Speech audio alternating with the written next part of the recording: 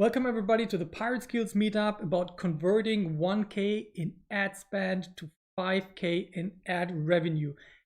As always, you can download the slides and the video later at getpirateskills.com/1K to 5K. And I want to show you what we got in store for you today. First of all, I want to tell you why ads are by far the most fun in e-commerce. The feedback and the speed with which you learn are just intense. Then I want to show you my ToFu, MoFu, BoFu ad structure that you can use for pretty much any ad channel in order to get a really good, solid performance out of a basic ad. And then I'm going to share with you why you should be retargeting simply everywhere and why it's the easiest, even though it sounds complicated, it's totally not.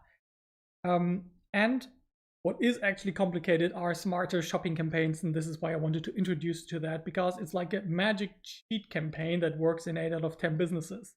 And then at the end, we have our Q&A session, as always.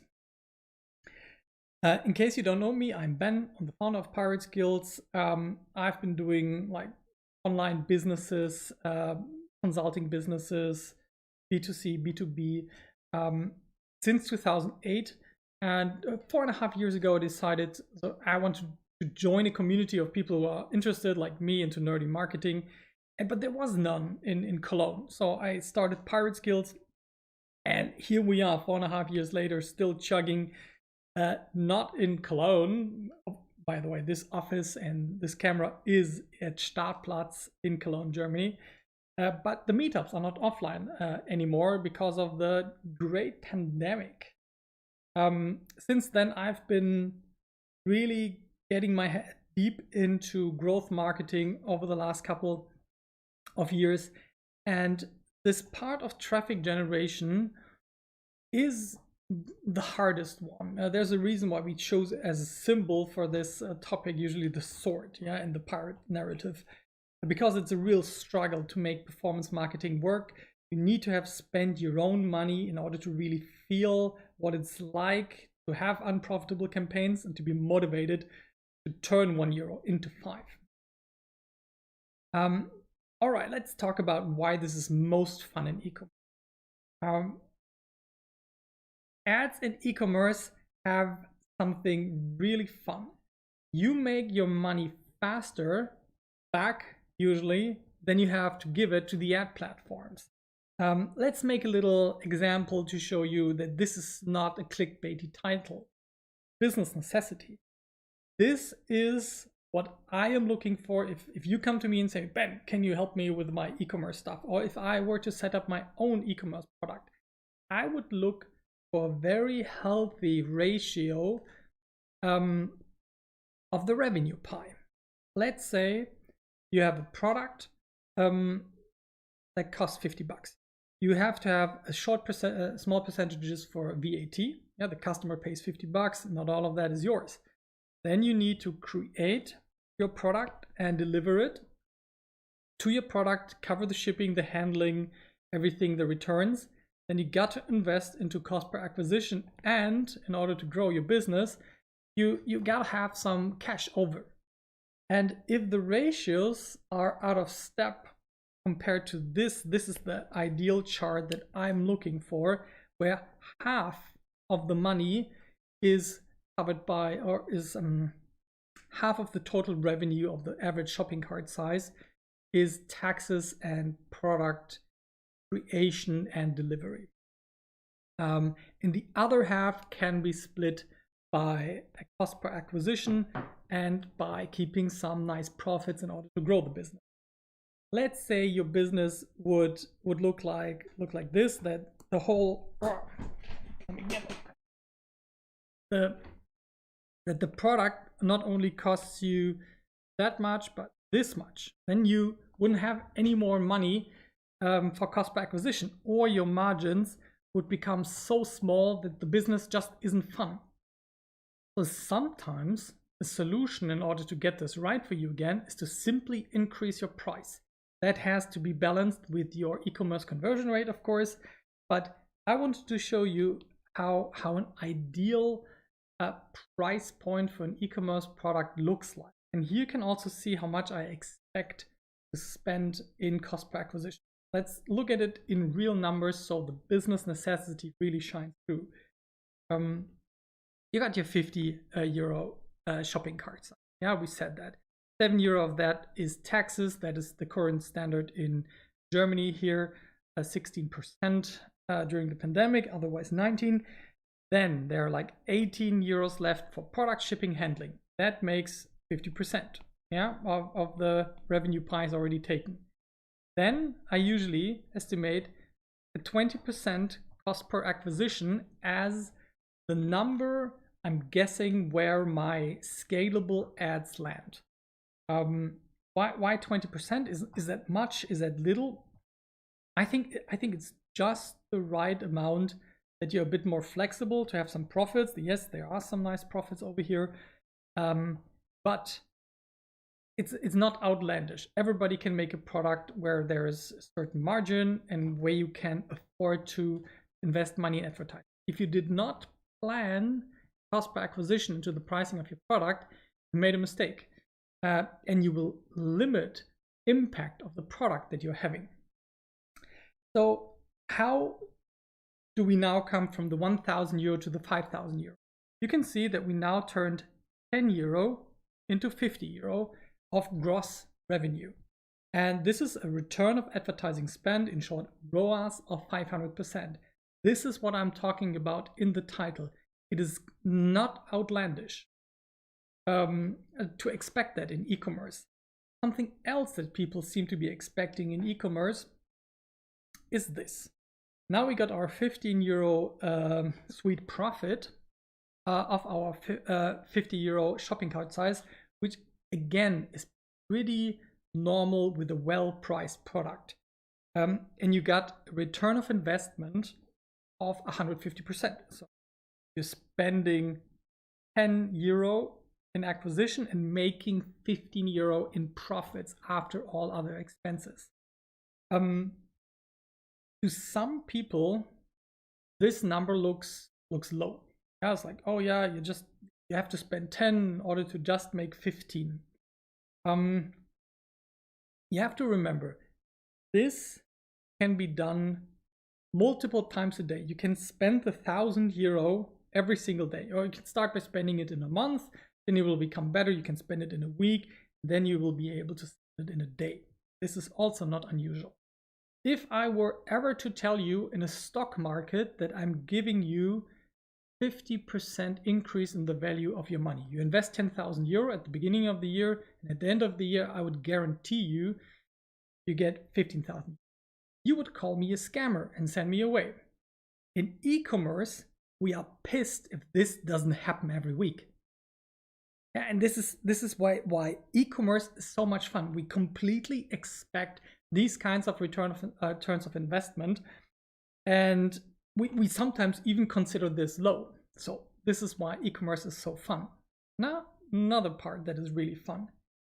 You spend this 10 euro, let's say on Facebook, with your PayPal, with a credit card connected that is being charged at the end of the month. The money, revenue, ends in your account immediately after the person bought. It means like the month start, you're doing some ads, the first 30 sales come into your online shop in the first week, and you're already making that money, that revenue back, the 30 times 50. You already got 1,500 euro back in the bank, but Facebook is charging you through a credit card at the end of the month. That is fascinating. That usually doesn't happen in other business models like B2B. So this is why I really enjoy e-commerce here. Only thing that we e-commercer have to think about is if we have physical products. If we have physical products, we have to be aware of our inventory situation once we found scaling ads. Because if you don't care, then you suddenly have situations like these here. Yeah, you got some decent growth going. You're slowly starting. Now you doubled your sales. You doubled your sales. Bam. Inventory was empty. You doubled your sales. You doubled your sales. You got your inventory back. You're back there again. And you are curtailing your own growth. So we very much have to become smart about managing our inventory. And this also has a certain point of frustration for e-commerce businesses, because what do you need to do in order to have this smooth growth curve? You have to buy more products than you sold. It means you will always be a bit cash strapped. And this is also the reason why we need those kinds of profits on top, because we need to invest it in further inventory. Of course, if you don't have a physical product where you have to manage inventory, or your inventory is one day order and it's full again, then you're free of this burden. But most e-commerce businesses are related and are strangled by this. It doesn't have to run perfectly. These are real numbers from the Klarheit case that I've shared a couple of times before. We started to work here, doubled the revenue after a single month, and 50x'd it over 8 months. And it was all based, we just set up clean analytics, we did some conversion rate optimization on the online shop, and we experimented a ton, landed with linked Facebook lead ads, promised people that they get a free version of the coaching calendar as a PDF, and then followed up with consistent email marketing sequences. And this is how this growth was happening.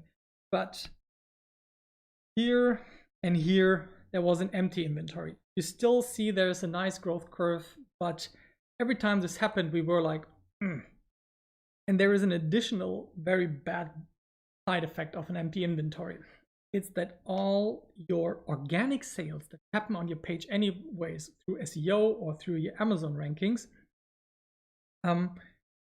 they run into nothing. They can't buy anything. And this is why once you have found your scalable campaigns, you really have to make sure that the customer support structure and that the purchasing processes are very much aligned with your growth goal. And there are some fun ad platforms. I just want to mention 4 that I really find consistently performing well for me. Facebook and Instagram is where I currently spend 80% of my money. Even if you don't think that your target group is on Facebook, it's on Facebook. Yeah, I'm going to mention that later again. Facebook has like the broadest audience. Instagram has the hipsters, but in terms of volume, they're more broad audience people, hipsters.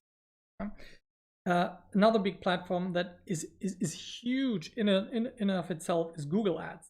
Google Ads has 4 very distinct products. You got the search ads that everybody knows. You got the you got display ads. You got video ads. You got in-app ads. You got shopping ads. You get actually probably more than even those 5 products that are handled completely differently. It's a huge learning curve. So that point goes to Facebook and Instagram. It's easier to learn. The up and coming one for me is Pinterest. Pinterest has shockingly low CPMs, that is cost per 1,000 impressions. We're talking where we usually have to consider like 8 to 10 euro per 1,000 impressions on Facebook and Instagram. We are paying 2 to 3 euro on Pinterest. The click-through rates are nice. Again, the 1% mark is usually doable, and the conversions afterwards are keeping up. Pinterest is my current hidden champion in the advertising world. If you haven't tried that and you are in a B2C track, give it a go. So that's why it's my favorite to do performance ads in e-commerce, because of this fast response time, the fast cashback cycle. But you cannot expect paid ads to work for every single product. There are products that simply do not have the margin because you have many competitors where you just can't afford to have 50% margin, out of which you can like take half for cost per acquisition roughly. Some brands just can't afford.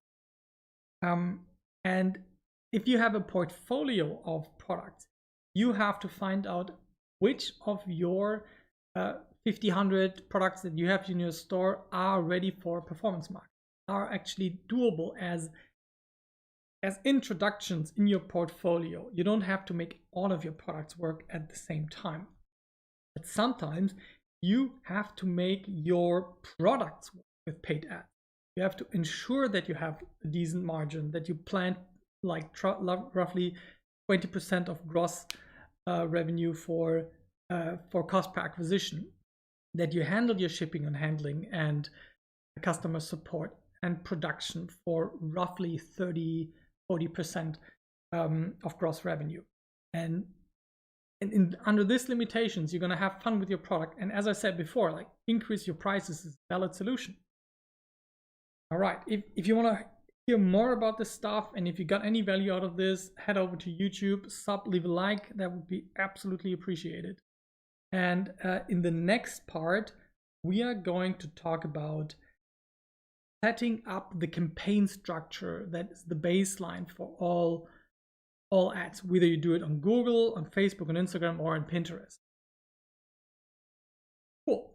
Before we dig into the next part, I want to give you a chance to ask your question. If you go to slido.com, enter the code R, you see that there have already 5 questions being asked. For example, about ad blockers, about can't install my pixels. What are your troubles? What are you interested in hearing me riff about in your personal situation? What's the minimum budget you have to invest? Got the most upvote? So you can see that you can upvote other people's questions. They're being answered first at the end of the meetup. But you can also add your own questions to make this your meetup individually for you. And then we can head back into the next part. Okay. So the structure for your ads is my growth marketing tactic number 10 in this series of growth marketing strategies to double your e-commerce profits. And it's the ToFu, MoFu, BoFu strategy. It sounds stupid. What does it stand for? Top of the funnel, middle of the funnel, bottom of the funnel. You have to consider that your customers do not know about what you are selling. They don't know if they have the problem that they are solving, that you are the right one to buy it, and that the price is right. So you have to consider how to get, keep, and grow your customers in time. How does this look like in practice? How can you apply this structure, for example, in your Facebook and Instagram ads? When I say top of the funnel, I want to get fresh blood into the system. I want broad audience, even sometimes no targeting, considering lookalike audience, interest-based audience, everything that is like beyond 1 million people. And I want to focus more on engagement and a little bit less on traffic and conversions. In e-commerce, you are sometimes lucky and your ToFu campaigns just simply perform through and people buy. But if you're not that lucky and you want to get people into your audience, you have to focus on engagement, getting people interested in the solution that you're providing, in the tool that you're selling, and then keep on converting them. But this is the first stage that we're looking at, top of the funnel. How could a campaign on Facebook look like? Let's say we're doing a Facebook and Instagram newsfeed campaign. One campaign, now we got a couple of ad sets below. We could have ad set A being interest-based. Let's take the example of Body IP. It's a sports nutrition online shop that have been examples in the past in the series, and they are selling, for example, protein powder, to enthusiasts, sports people. And there are interest groups like people who like other brands in the sports nutrition things, interest groups like CrossFit, weightlifting, and you get all kinds of suggestions by platforms like Facebook and Google and what you could use in that case. Then another one could be a lookalike based audience. Let's say the 1 to 5% people that have purchased is the core of that audience, and now Facebook looks for the statistical twins and takes, for example, in Germany, the 5% of people who are most like the people who have bought your product before. And this is also doable for people that have engaged with your Facebook and Instagram account, like liking, sharing, commenting. They do not already have to have purchased to create that, but maybe you want to keep that a bit tighter. So this could be a structure for a single product, for the for one specific protein powder in the Body IP lineup. This could be the ToFu plan for the Facebook and Instagram newsfeed. You might have a different campaign, stories. You might have a different campaign for the category of products. But let's keep that simple. Now they get a nice engaging ad that, for example, is a video that tells them about how good this is, how the components have been gotten together, and what kind of results that could be expected. And they engage with the video. Now they are in the middle of the funnel, let's say when they watch at least 10 seconds of the video, or engaging with some kind of clicking, liking, sharing.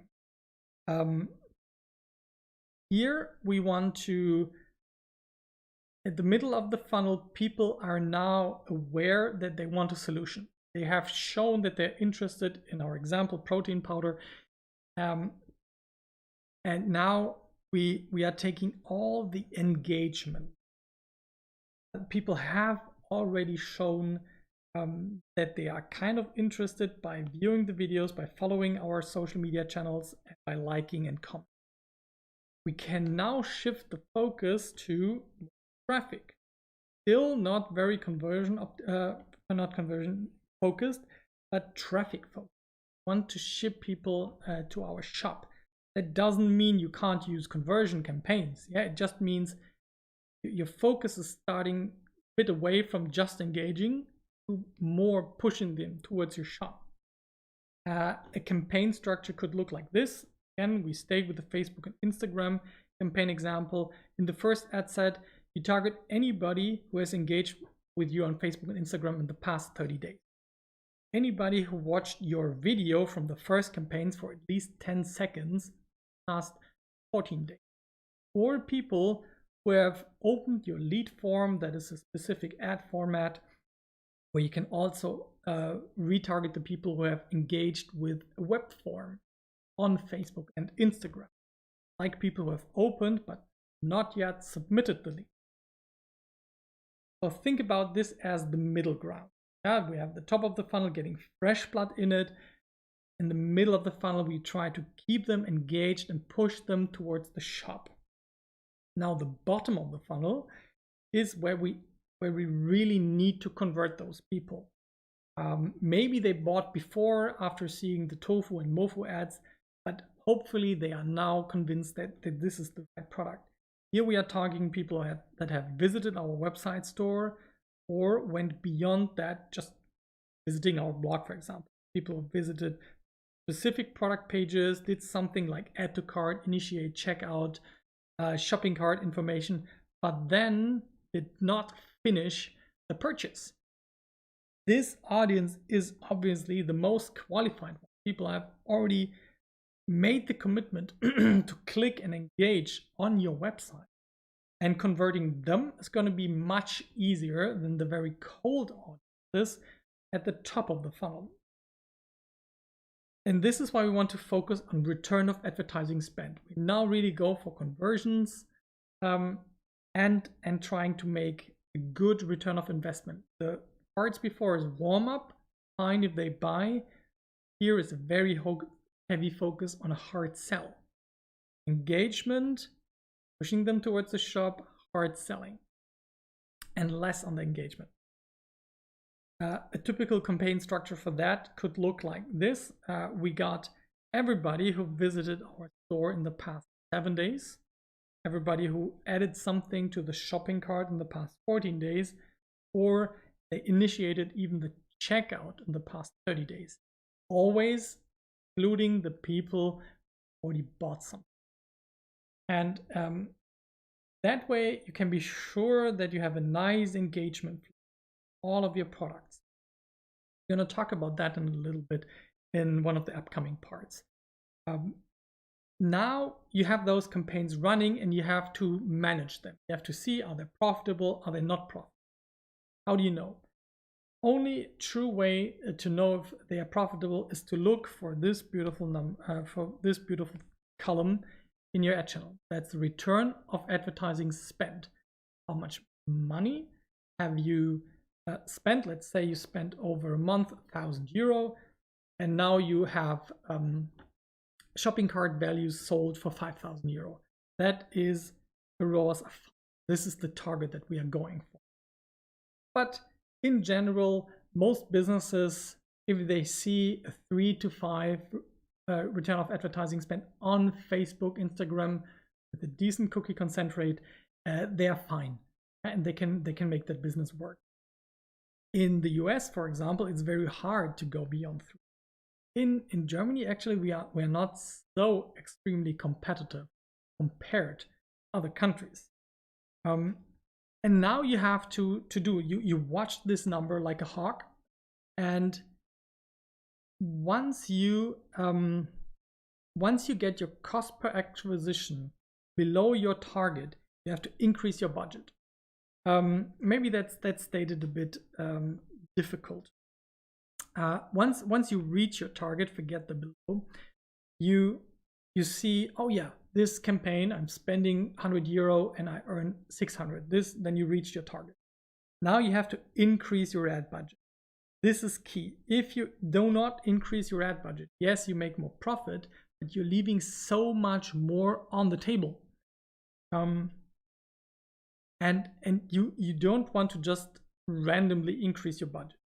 The algorithms, the conversion rate optimization algorithms, they are sensitive. You just double your money every day because you think you can do that, you will get penalized by Facebook and Instagram. And you want to slowly go for 10% every day. Every day you see like, oh yeah, return of investment is still above 5. Then you increase that ad budget. If you started with really small budget, let's say like 10 euros a day, and now you want to make a big jump, just go for it.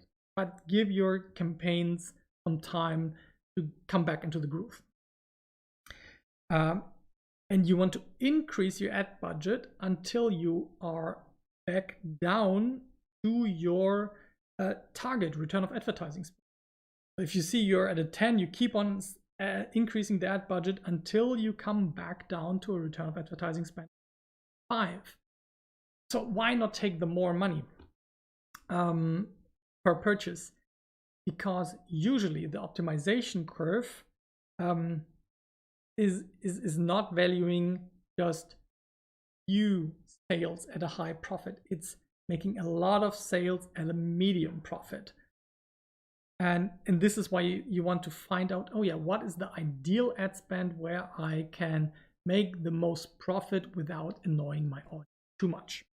So this is how you manage your campaign. Once or twice a week on platforms like Facebook and Instagram, you check and correct. And on platforms like Google Ads, you can do it like pretty much on a daily basis.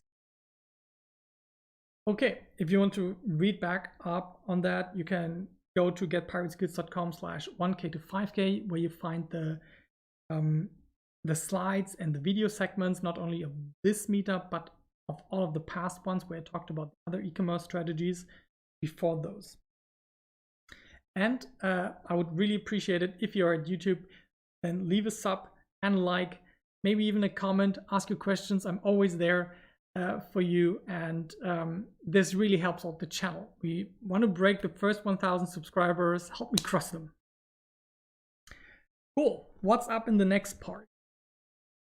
Now we have the basic structure, and maybe this doesn't work for everybody, but retargeting simply everywhere usually works simply everyone. Dig into that in the next part. All right, let's check out how many people have asked questions. We are now up to 6 questions here. Thank you very much for, even fun questions like, can you convert 100K to 500K? Can you? Yes, you can. It's just much harder. Yeah, but we will get to that in the end. But you have to imagine, this is a totally normal ad spend size for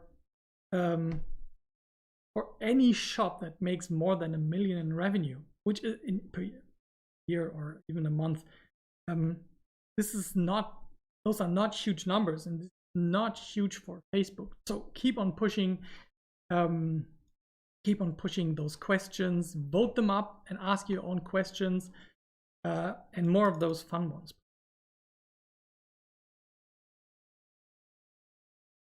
So retargeting simply everywhere is my strategy number 11 that you should employ if you want to double your e-commerce profits.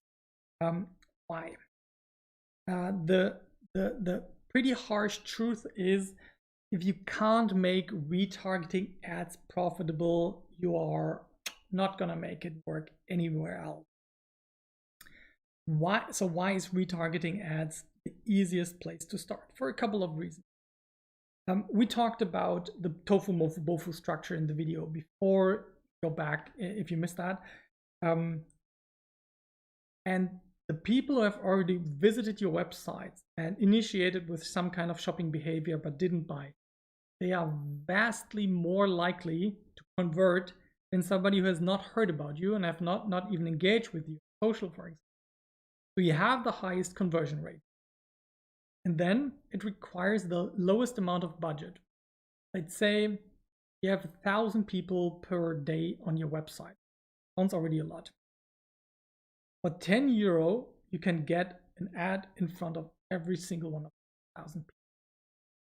So you have 30,000 people on your website per month, and you can only spend €300, and you have retarget everybody once. You maybe want to do that 2 or 3 times.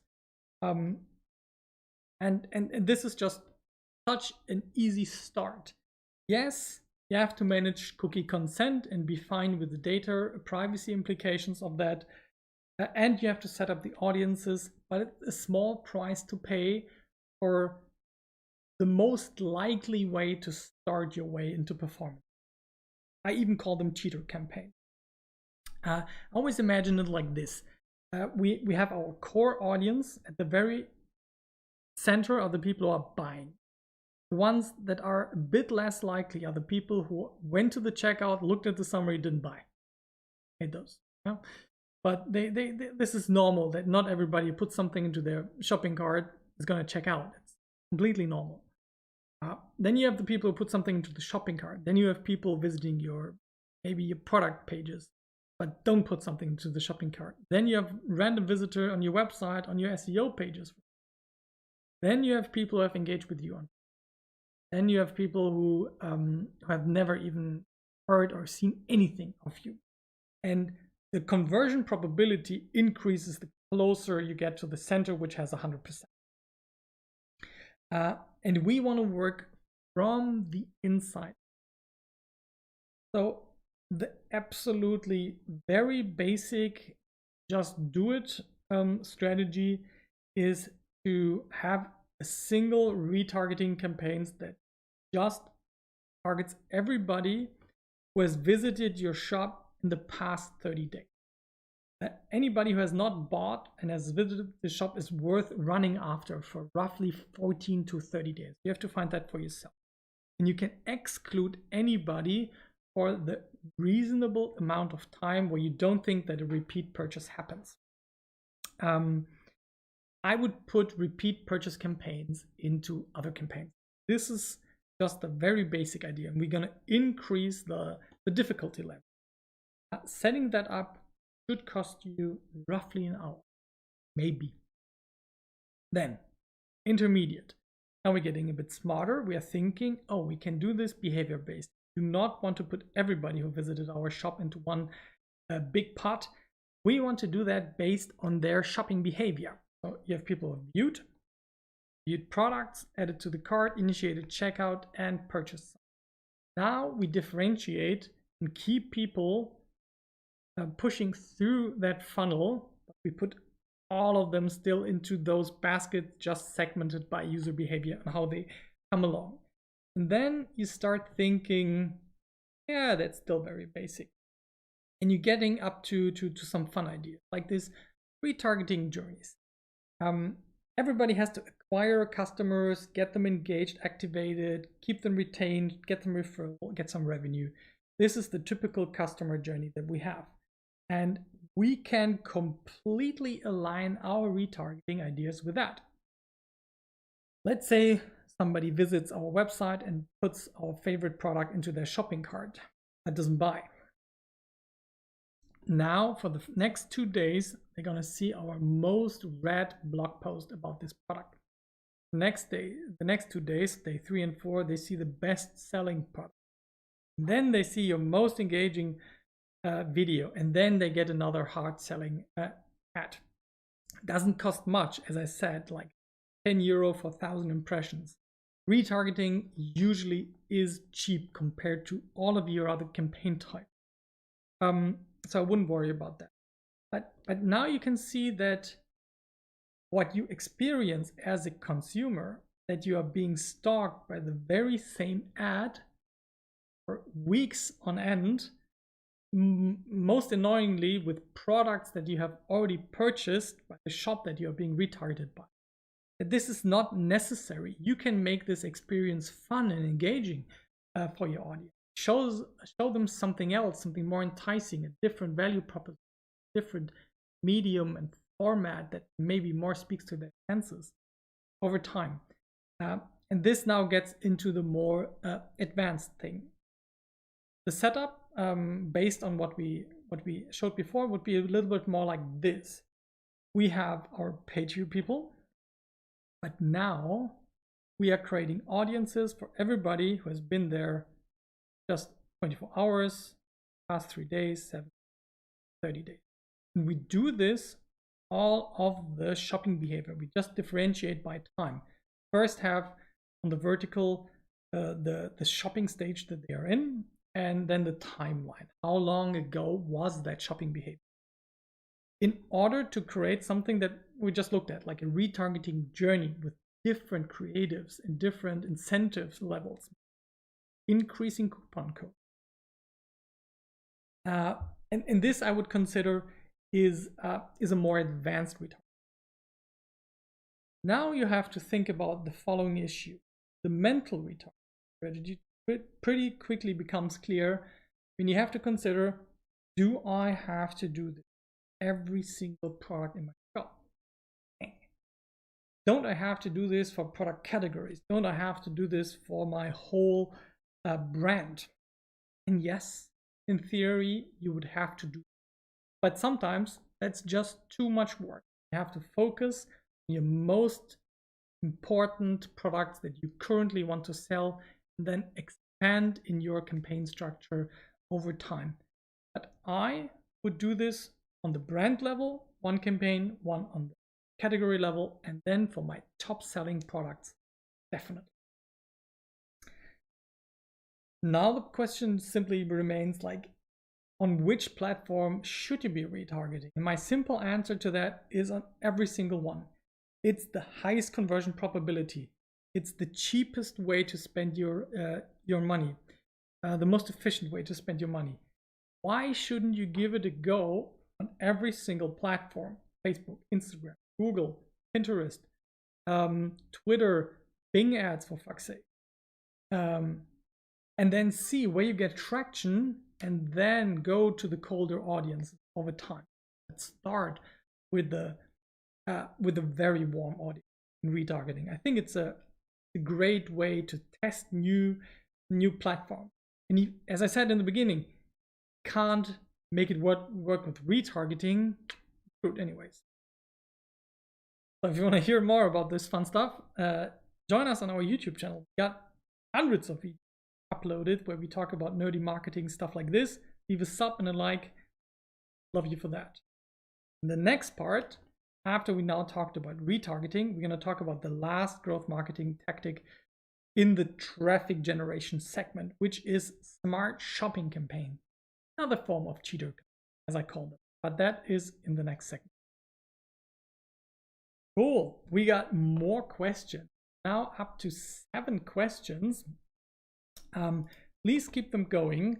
After how many days do you know which campaign is worth to scale? Yep, very good very good one. Keep upvoting. Go to slido.com, enter the code R, and you will be able to upvote the other people's questions. You don't have to register anything, and you can ask your own questions anonymously or with your name like Henning did.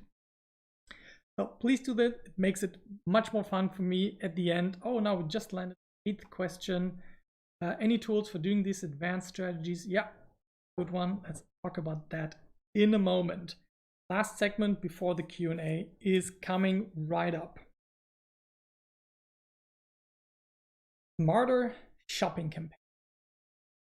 So these are shopping campaigns that are meant to be automated, that are meant to leave you very little control and just do some magic. That is my strategy number 12 series to double your e-commerce profits. So what are shopping campaigns? You have seen them on Google, on Facebook probably. And they are based on your product feed that is provided by your online shop. Product feed is essentially a file that lists all of your products with their titles and pictures, the current number of products in stock, the prices, the discounts, the weight, everything. And as I said before, retargeting can become very tedious. And of course, that advertising and platforms like Google and Facebook have managed to build very, very data-driven campaign time. This is what I want to share with you today. It's the philosophy is essentially like, give me your data feed and I'll handle it through machine learning. It's much more a more magic, less control strategy. Any other type of advertising in the e-commerce segment. I would say like 8 out of 10 projects that I work with that are e-commerce based can make these smart shopping campaign works out of the box, and it's not clear why they are working. It's absolutely fascinating. So I just wanted to give you 2 examples, one Google, one Facebook. This is Google shopping campaign. You can see that somebody searched for pirate hats, and now you get some neat results. You get a beautiful hat for $7, this for $9.99, even with a feather one. Okay, I want to get this one for sure. And I see the prices, I see shipping fees, I see the local availability, and you want that for your own products. You want to appear in the shopping feed from Google when people search for relevant keywords. And now we have 5 simple steps. And everybody who has actually set up a Google shopping feed is going to hate me for it.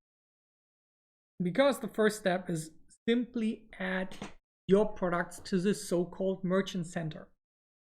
The truth is, there is nothing simple about this. It's a huge pain usually. Let's say you have a Shopify shop, and you need to find a plugin that creates the shopping feed that is then uploaded to the Google Merchant Center. If you are lucky and are using something like Shopify that has pretty advanced plugins for that are actually working. If you're on something like a Magento or something, this is such a pain, and this is one of the things absolutely worth being set up by. Then you set up your shipping, verify your website, and then you link it to your Google Ads account and you run your campaign. All the details are listed below.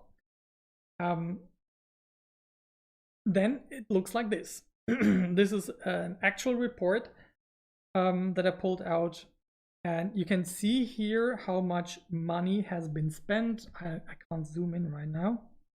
No.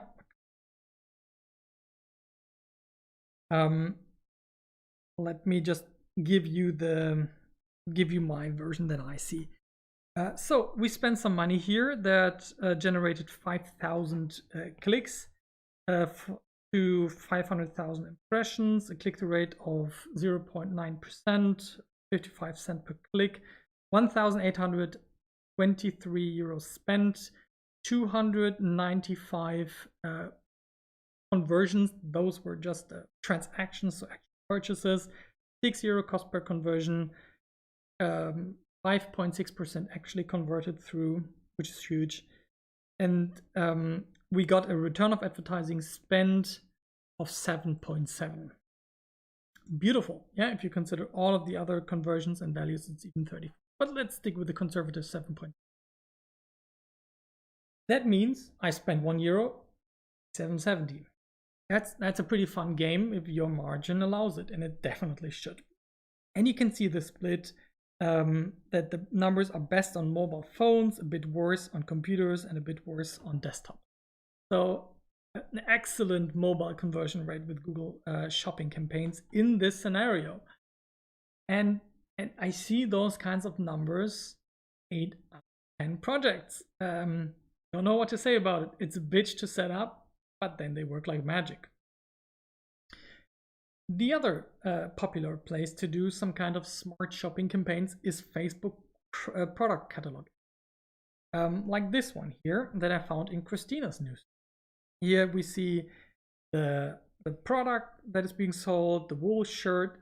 We see a current price that is usually an indicator that this was a data feed based ad, and a shop now symbol, and this in a nice carousel model.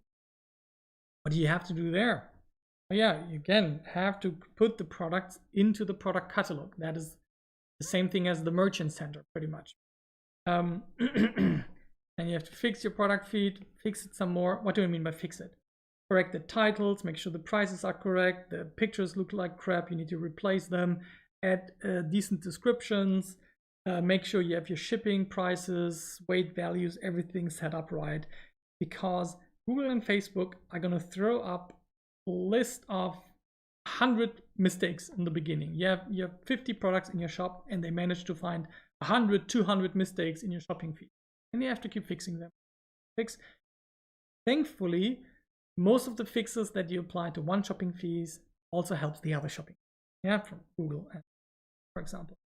And then you run your campaigns. And then you read this for real. How do they look like? What now becomes available that was not before? When we talked about the remarketing campaign structure in the video part before this one, we quickly noticed if we have to set up retargeting campaigns for every single out of our 500 products in our store, we would not finish by the end of the year. Maybe not even the next one. So now Facebook provides you with a simple shortcut. You can say anybody interacted with your product on and off Facebook. That usually means they visited the profile product detail page or even put something to the shopping cart, but did not buy. To retarget them for 14 days or whatever time frame you like, up to 180 days, which would be stupid. 14 is wonderful. 30 is acceptable, and this is true for all of your 500 products at once. They're gonna see the exact product or product category that you chose, that they visited and they forgot in their shopping cart. Yeah, they forgot to check out. Of course they want to buy a new product. And this is happening for 500 products, and this happens for 5,000 products. And you can see that there's some magic going on. You're visiting a shop, surfing around, and then now you later see the exact product that you put in your shopping did not check out. And this is where the performance comes from. You can also use this to not only show the same product, but to upsell them or cross-sell them to different product categories or accompanying products. Or once they bought this product, you show them another product that fits to them, maybe in a higher or lower price bracket. Oh, they didn't buy the higher price ones, then show them the lower one. This is what the Facebook product catalog does for you.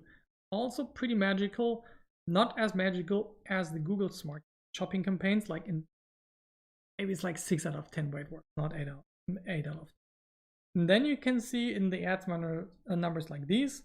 Yeah, we spent 2,000 euros here, spent 72 cents per click, got 300 purchases at €7, made 12K this is roughly 5 points return of advertising. Again, pretty fun game to play. And that you can keep on running, and Facebook won't let you customize too much. With Google Ads, you can't even set the keywords with which people are going to see your product. Again, as I said in the beginning, more magic, less control. And mixing the campaign structure I showed you in the first part, the ToFu, MoFu, BoFu structure, with a well-built retargeting plus the product catalog. Really nice combination. And I think those three tactics are the ones that are going to make a difference in your e-commerce store on your way to double your e-commerce profits with a very high probability. So how do you go beyond this? Now I told you some traffic strategies that I would implement in pretty much any e-commerce scenario if you haven't implemented them to the max already. So what can you do now? Broaden your audience. You usually start with pretty tight audiences that have a high probability to work, and then you want to broaden those audiences and see how you can still reach your target return of advertising spend while increasing the size. It allows you to spend more money, which allows you to make more profit. Then consider going beyond your country limits. Shipping and handling has been solved internationally. If you are not shipping anything that might be considered dangerous or weird in other countries, you should consider expanding obviously to Austria and Switzerland if you start in Germany. But what about Netherlands? What about you? What about you? There are some incredible shipping deals. For example, the EcoCut windshield cutter thing, the little widget that costs like 13 euro. They had like worldwide shipping for something like 2 euro worldwide. And that means, why should you restrict yourself to just this country? Then we talked in another part of this series about lead generation combined with e-commerce. If you combine the traffic generation strategies like the ToFu, MoFu, BoFu structure also for that lead gen strategy, that's a winner. Then you want to expand across multiple ad platforms. Do not trust all of your profits being built on one platform. I see this for the Amazon people a lot. They put all of their eggs into the Amazon basket, and they will not and they will not consider that Amazon is just going to screw them after a couple of months, or another competitor is going to screw them. Yeah, I've seen that too many times to just be ignored. So make a stool with many legs. This is our Google search campaigns. We have multiple working campaigns. Those are our Instagram, Facebook ads. Multiple of them are profitable. Build solid legs. Even if they are not all on the same profitability level, you want some stability if something happens to any of your ad accounts.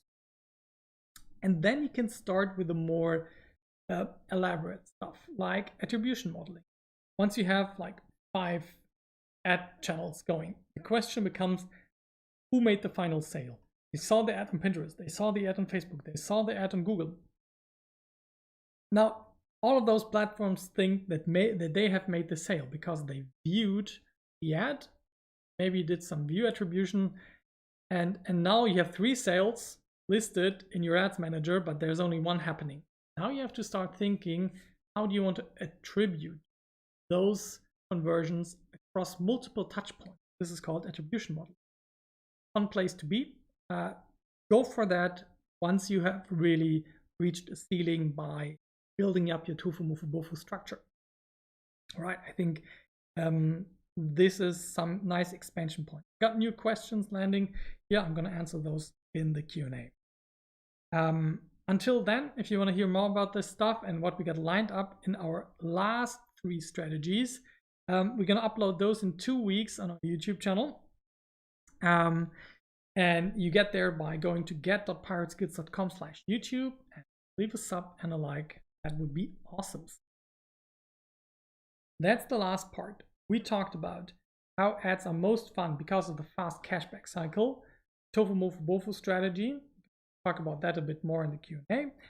The retargeting, simply everywhere strategy, and the smart shopping campaigns. And those two are actually what I call cheater campaigns because they are so easy to make work. This is the one that is a hard one to make work, most worthwhile. See you in the Q&A in the next segment. Meetup. Alrighty, so we got the questions in. Yes, I'm gonna answer questions in the direction of which kind of campaign objective we should choose. But I would really ask you a little favor. We start the Q&A segment with our feedback session. So welcome to the Q&A section where we answer your questions about e-commerce and performance. And we start with some feedback. So let me the poll. And if you are not yet on our question platform, just go to slido.com and enter the code R and help me answer the question, how likely would you recommend this event to a friend or colleague? We do this for every single meetup, so we know which kind of topics you're interested in and which type of presentation you like. Be honest, give me a 1 if you hated it, no problem. We keep this up and running. Yeah, you can switch between the questions and this poll if you're using the navigation of Slido. I will now hop over to the question and answers, but I keep the poll running. I'm going to show you the result in the end. The first question that I hear many times: what's the minimum budget I have to spend to have a good chance to make my campaign profitable? Excellent question. The number I usually quote is your weekly budget should be 50 times of the number of conversions that you want to get. So what are conversions? In e-commerce, we usually talk about purchases. Let's say you have a cost per acquisition of 10 euro, spending 500 euro single campaign per week is ideal because you can make 50 purchases. But then that's too much money for me. I understand. How about instead of going for the purchase conversion event, you'd go to the add to cart event? Usually happens like 5 times more often. Now you only need to get 50 add to carts to do that. An add to cart costs you 2 to 3 euro. Or you have to spend only 100 to 150 a week per campaign to make the algorithm happy. This is what I would suggest. In broad strokes, absolute minimum is that you at least have a good chance to make a sale per day. And if you are, if you're starting on ground zero, but if you are starting, let's say, at 100 sales, your minimum budget should make at least a 10% difference in your sales. Should at least have a chance to make 10 sales a day. That is how I consider the minimum budgets to get it working. And this rule of the 50 per week simply comes from the machine learning algorithm. And the question was about how to have a good chance. You should give your campaigns a chance to have 50 per week. Next question. After how many days do you know which campaign is worth to scale? If we abide by the 50 conversions per week law, we have roughly like 10-15 per day.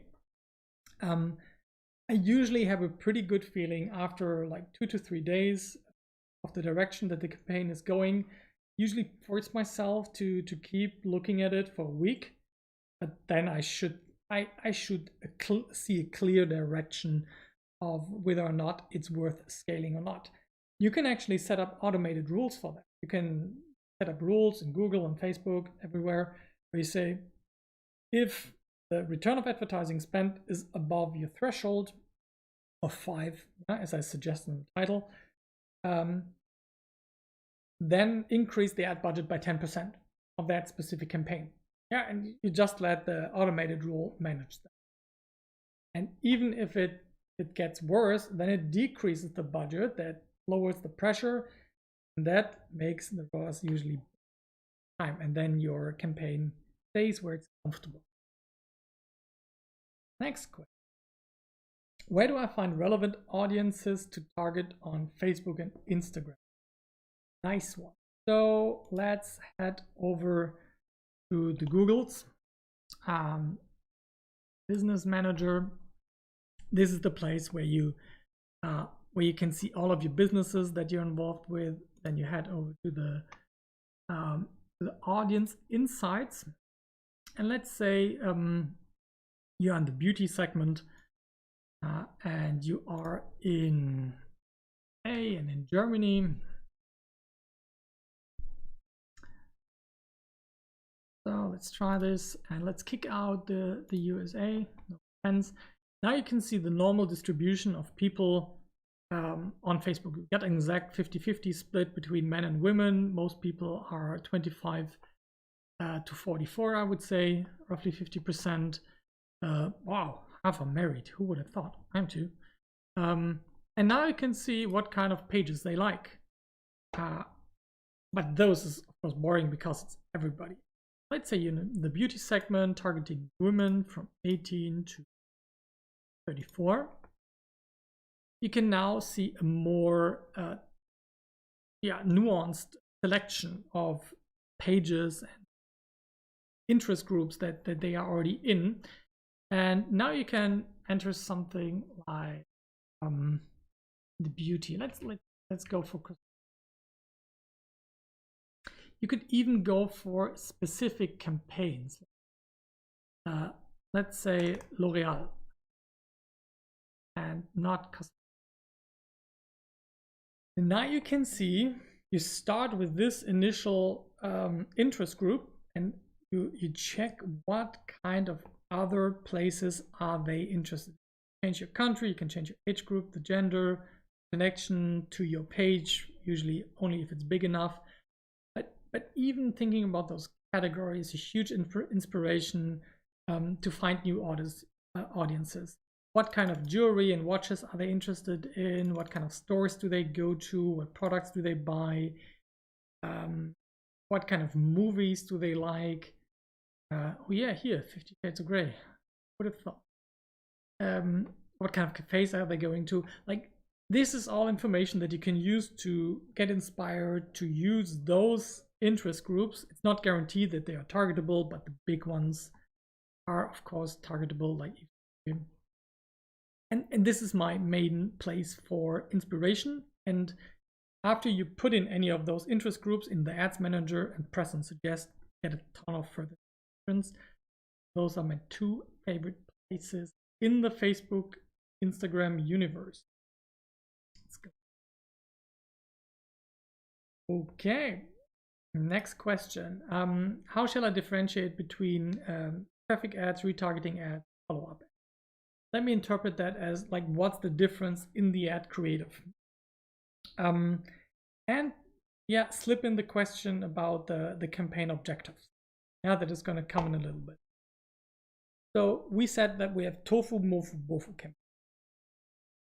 campaigns. Traffic campaigns would be like in the ToFu, MoFu area, like getting people to the shop, retargeting people who have been to the shop. Follow-up is after the purchase. I would focus, the higher you are, the further away the audience already is, the more you want to go for very engaging ones. Videos, questions, quizzes, stuff that moves, that gets people to actually engage with your ad and like and comment. You do not have to focus as much on driving straight conversion direct. But in the retargeting campaigns, you can go for it. You can tell them the price, you can sell them detailed product pictures, price comparisons, all that kind of stuff. That is how I would differentiate on the creative. In the follow-up ads after the purchase, you have completely different. Give me feedback, write me a review, here's a referral code, here's a coupon code for your next purchase, a reminder to refill the product, like contact lenses. That automatically differentiates. I'm going to talk about the campaign objectives in this context with the next question about that. So let's take this one. Campaign objectives in our campaign. What does he mean by that? If you're starting your Facebook or Instagram campaigns, you usually have to say like, okay, what do I want to go for? Do I want to go for awareness, consideration, or conversion? The ones that are more conversion optimized, they need good feedback from your analytics tools. They can cope with broad audiences, like 1 million or 2 on Instagram, optimized for people who add something to the shopping cart or purchase something. You want to give it a long leash and let it groove in and work. Because over time, Facebook and Instagram will give you the people out of the 2 million that have the lowest cost or the best return of advertising spend out of all of those people, and they will target the right people at the right time.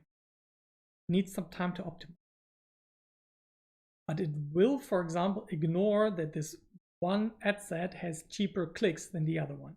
Only looks at the lowest cost per acquisition, that conversion. This is by far my favorite campaign type. I go for conversion campaigns whenever I can. Just when I do retargeting of really tight-knit groups, let's say everybody who initiated checkout but didn't buy, super annoying. I might not want to give Facebook liberty to only select a couple of people. I might want to use the very broad awareness campaigns to be sure that Facebook is retargeting everybody in that audience. So you only want to not do the conversion objective in that specific case, and when you don't have the Facebook pixel installed on your website. Might not be allowed. We even have questionable. So my company doesn't allow the installation of additional pixels beyond Google Analytics, like the Facebook pixel, LinkedIn, etc. What would you do in my situation? Phase 1 is initialize the process. I talk to data privacy people a lot in companies, explain how it's working. Users have to make an active choice to be tracked before the pixel is firing, that we have to and can be transparent about the practices, the opt-out process, and all that kind of thing. And then they usually start to understand, oh yeah, this is not just evil juju, people actually made the decision to be tracked. And so start that process, get to talk to your data privacy and get into the habit of doing that, and do not be satisfied with the we don't do this bullshit. It's just a matter of who's pushing harder. The CEO who wants to make money is on your side. He has the entrepreneurial risk and that you might be willing to take, because lawyers will always tell him, oh yeah, you're not allowed to do anything in that. But he might be willing to take that entrepreneurial risk. So phase 1, start that process.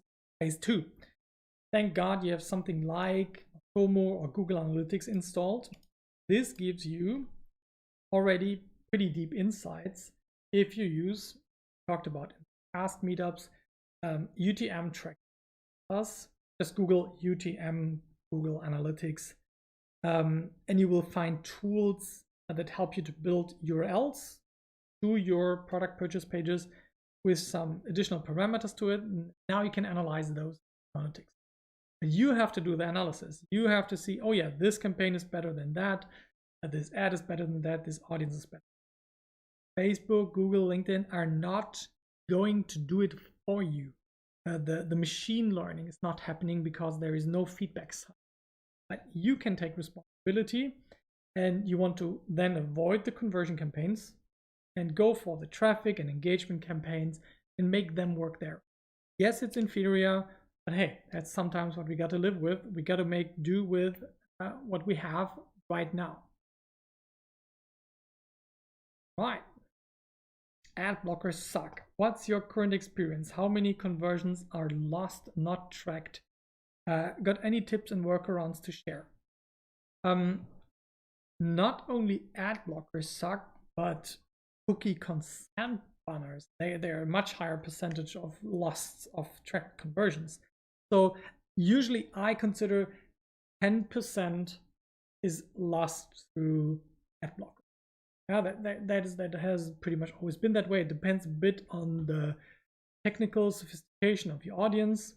My audience with pirate skills, most of you are having some kind of ad blocker. But let's say you are in the fitness industry, less people are likely to use ad blocker. It's just an observation. So you do not have to worry about the ad blockers so much. Yes, they suck, but only for display ads. So do other ads, do search ads, do ad blocking on Facebook and Instagram, for example, is usually not a thing because mobile apps have real hard issues with ads. Maybe it works better on Android with ad blocking than on iOS, but you have choices there. You don't have to do display ads anyway. In most cases, except like retargeting. The harder loss is the cookie consent opt-in rate. If you do conscientious cookie filtering, like the Facebook and Google Ads pixels, generates user IDs, which personal identifiable information, then the best I have seen is like an 80% opt-in rate in the fitness niche, like to being tracked to everything. I personally, I have 67% opt-in rate. If you are below 50, your cookie consent banner sucks, or you have a very special audience, like developers who hate this kind. So this is where I would worry, and you just have to have a stable opt-in rate. Like with my 60-70%, as long as it's stable, I don't care. I can multiply my purchase results by the difference, yeah. Just divide by my 0.7 or 0.67% if I have a 67% opt-in rate, and I know that I got, instead of 100 purchases, yeah, I maybe got 130. I handle it that way and update the reporting in my mind. Can you also convert 1,000 ad spend to 5,000 ad revenue? Yes, but you have to deserve it. You have to start with €1,000, make that work, and then your objective is absolutely to get to the 100 as fast as possible, or as your organization allows. I'm a huge fan of scaling as fast as possible, or at least as fast as it's sustainable, yeah, for the people, the stress level and all that kind of jazz. But 100K, if we are not yet talking about like daily budget, but this could be a decent monthly budget. I mean, this is just spending 3K per day times for long periods of times. So absolutely doable. Any tools for doing this more advanced strategies, or do I have to set it all up manually? Yes, there are some tools. If you're on Shopify, there's a beautiful one called Shoelace. Just Google for Shoelace, and they also have very good content marketing about this whole retargeting journeys. They set a lot up for you. You have to provide them with creative, but they give you the structure, the behavior split, the time split. Then there are other services like AdRoll who do it for you. This is more popular in the B2B segment. So look for tools like alternatives to Shoelace in your product category. There's a platform called g2.com. They do all of those tool comparisons, start with Shoelace and then maybe develop. There is usually a tool for that, but those tools usually want a fragment of your ad spend and you might not want to give it to them. So start with the manual setup, and it's also important to do that. Start with the best products and the most likely audience. Make that work. expand, build the retargeting structures, but much more importantly, the ToFu, MoFu, BoFu structure. Remember that retargeting only has the job to make you and your cost per acquisition maybe 10-20% better. Retargeting is never the main driver of your profits, just making it more profitable. So keep the focus on the ToFu, MoFu, BoFu. In e-commerce, the magic is making ToFu directly or building the lead gen to direct sale strategy that I talked about. Okay, last 3 questions, not related to this. Can you make a video on your streaming setup? Are you streaming from an iPad? Yep, I'm streaming from an iPad. You can see it. And I actually made a video about this. You can find it on pirateskills.com. If you search, for example, like pirate skill video creation, I've set up a meetup for this. What you need to build a quick video creation, and software guides and the hardware setup. I made pictures. If you end up on those pages at the moment, you have to add a 3 dot to it. No problem. And this meetup is the one that you want to look at. How to create more video content faster. And this is where I'm saying this. Thanks for the question. If you have already a good e-commerce store running, would you go to Amazon at the moment or any other marketplace?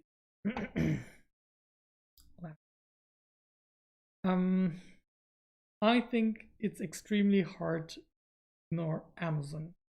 Be very thankful that you have your own store as the baseline and that Amazon is just an option.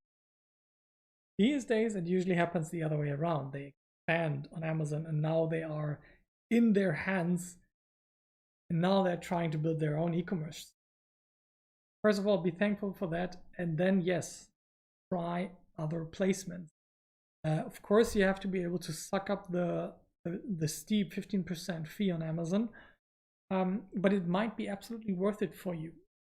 And one thing that I observed that was very interesting to me with the client example is whenever we did display campaigns like social and display campaigns towards the Shopify store, and the Amazon sales would increase because a conversion optimized campaign for the store is doing really nice. But what do people do when they see a video and pictures? They start Googling for it. They're just typing product name like Amazon. And you get those sales on the platform where people are more likely to just click the send button. But attribution is one of the biggest problems in performance marketing, and there is not this solution that I'm looking for. I want to see the conversion path with maybe a pie chart with attribution percentages presented by not only clicks and therefore visits, relatively also view data information. I haven't seen that. If you find that, please let me know. This is one of my most nerdy interests that I currently have. All right, those are the questions. Thank you all for setting me up like that. And I would love to invite you to the upcoming meetup about turning your shop visitors that you now got through the traffic strategies into loyal customers. If you go to getpirateskills.com/loyal, you can sign up for a free ticket there as you did for this one. It's on December 16th. And this is what we're going to talk about: personalized banners. Yeah, let's say you have an influencer campaign and you want a little pop-up, hey, coming here from Mary from Instagram, here's your Mary 10% discount. How to do that, how to do A/B testing, how to do checkout optimization. So those are 3 strategies I want to talk about in this meetup. And I will love to see you there as well. If you want to dig deeper and spend some more time with me, we got a growth marketing workshop series. Just check them out at growth.pirateskills.com. or these days it's actually Pirate Skills workshops. Hope that redirects. See? And there you can see that we got 6 workshops that give you the complete overview over this really fun skill set to master. And if you're into e-commerce, you are working on money skills. Yeah, so I think it's a pretty no-brainer. But you don't have to pay anything. We got shit ton of stuff for free on our YouTube channel. Head over there, surf around, and you will find something for your needs. And if you want to chill out with us between the meetups and right after this one in a minute, go to our Discord community. I'll be there after the meetup in the voice chat that accompanies this meetup. See it in the description on the left-hand side. And let me show it to you. Discord, and actually show you what this looks like. Maybe then we have more people in. So this is our Discord server, and you can see that there is a chat. There's Pedram posting pretty fun GIFs in here. Pedram, and here's the voice channel, the live stream voice. If you go there under getpirateskills.com/discord, you can join, and then we can just talk and chat a little bit and hang out. We need the human connection in this pandemic. Pretty fun GIF, Pedram. Thanks for that one. So head over there, and you can ask all of your questions between the meetups that you have. You don't have to wait for the next. Well, that's it for today. That was converting 1K ads into 5K revenue. I was actually scared of such a clickbaity title, but I hope you saw that in e-commerce, it's just good business practice, nothing out of the ordinary. Hope you've enjoyed this. Thank you very much. I'm checking out. Bye-bye.